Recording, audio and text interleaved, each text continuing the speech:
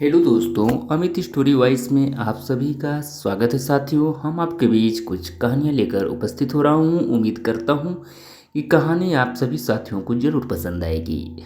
और साथियों, साथ ही साथ आग्रह करते हैं कि चैनल पर नए हो तो सब्सक्राइब करना नहीं भूलिएगा, बेल आइकन को जरूर प्रेस करिएगा, ताकि साथियों हम आपके बीच जो है कहानियाँ लेकर हर सदैव उपस्थित रहूँ, जिससे आपको कहानी सुनने का मौका मिले और कहानी का आनंद ले पाएँ। साथ ही साथ मेरा हौसला भी बढ़ता रहे, जिससे हम आपके बीच कहानियाँ लेकर उपस्थित रहूं। तो आज की कहानी है महाभारत से रिलेटेड, यानी विदुर नीति की बात मैं कर रहा हूँ। आज इसी कॉन्सेप्ट पे चर्चा करेंगे। तो विदुर नीति में है कि भूल कर भी न बताएं किसी को ये बातें, नहीं तो पछताना पड़ेगा जिंदगी भर। तो चलिए इस कॉन्सेप्ट पे हम चर्चा करते हैं कहानी में। कृपया अंत तक आप बने रहें साथियों। और जैसा कि साथियों, महात्मा विदुर की बताई नीतियां जो है न सिर्फ महाभारत काल में प्रासंगिक थी, बल्कि वह आज के समय में भी प्रासंगिक है। विदुर की नीतियां मानव जीवन के विभिन्न पहलुओं से जुड़ा हुआ है, जो कि व्यक्ति को आगे बढ़ने में मदद करती है। तो साथियों, महाभारत महाकाव्य युद्ध और योद्धाओं के लिए जाना जाता है, लेकिन इस महाकाव्य में विदुर जैसे भी एक पात्र हैं जिन्हें योद्धा के रूप में नहीं, बल्कि साथियों उनकी नीतियों के लिए जाना जाता है। कुशल रणनीतिकार और नीतिज्ञ के कारण उन्हें हस्तिनापुर का प्रधानमंत्री बनाया गया था। उनकी बताई नीतियां न सिर्फ महाभारत काल में प्रासंगिक थी, बल्कि वह आज के समय में भी प्रासंगिक है। तो साथियों, विदुर की नीतियां मानव जीवन के विभिन्न पहलुओं से जुड़ा हुआ है, जो कि व्यक्ति को आगे बढ़ने में मदद करती है। तो साथियों, ऐसे में महात्मा विदुर ने व्यक्ति को कुछ चीज़ों को करने की सावधानी बरतने की ज़रूरत होती है। तो भूल कर भी अपनी इन चीज़ों को जो है किसी के साथ शेयर नहीं करनी चाहिए।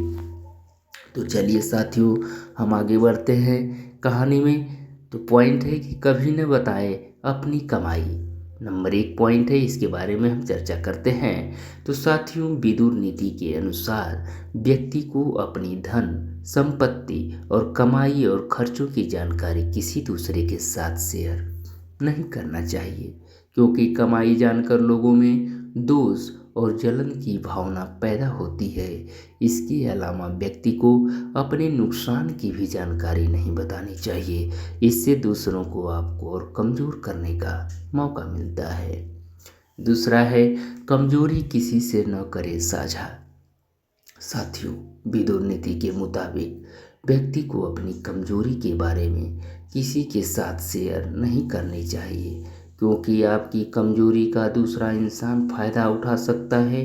साथ ही अपने परिवार के झगड़े और समस्याओं को भी नहीं बतानी चाहिए। इससे साथियों, समाज में घर परिवार की छवि खराब होती है।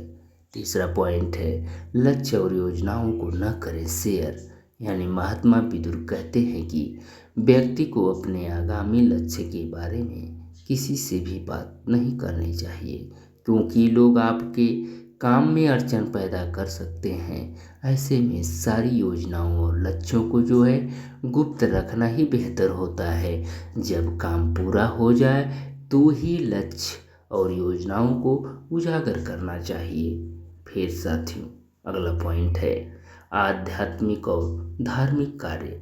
तो चलिए इस पॉइंट पे भी हम चर्चा करते हैं। कृपया आप सभी साथी कहानी में अंत तक बने रहें।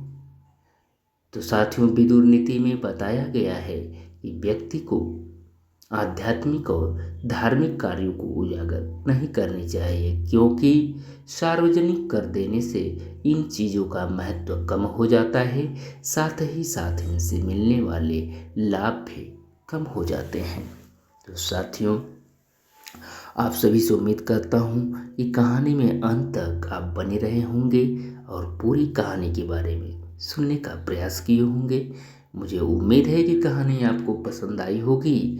तो साथियों, कहानी पसंद आई हो तो चैनल को सब्सक्राइब करना न भूलें, लाइक करें, बेल आइकन को भी प्रेस करें, ताकि हम आपके बीच साथियों ऐसे ही महाभारत के विदुर नीति से रिलेटेड कहानियाँ लेकर हर सदैव उपस्थित रह सकूं, जिससे कहानी सुनने का आपको मौका मिले, कहानी सुनकर आनंद हो।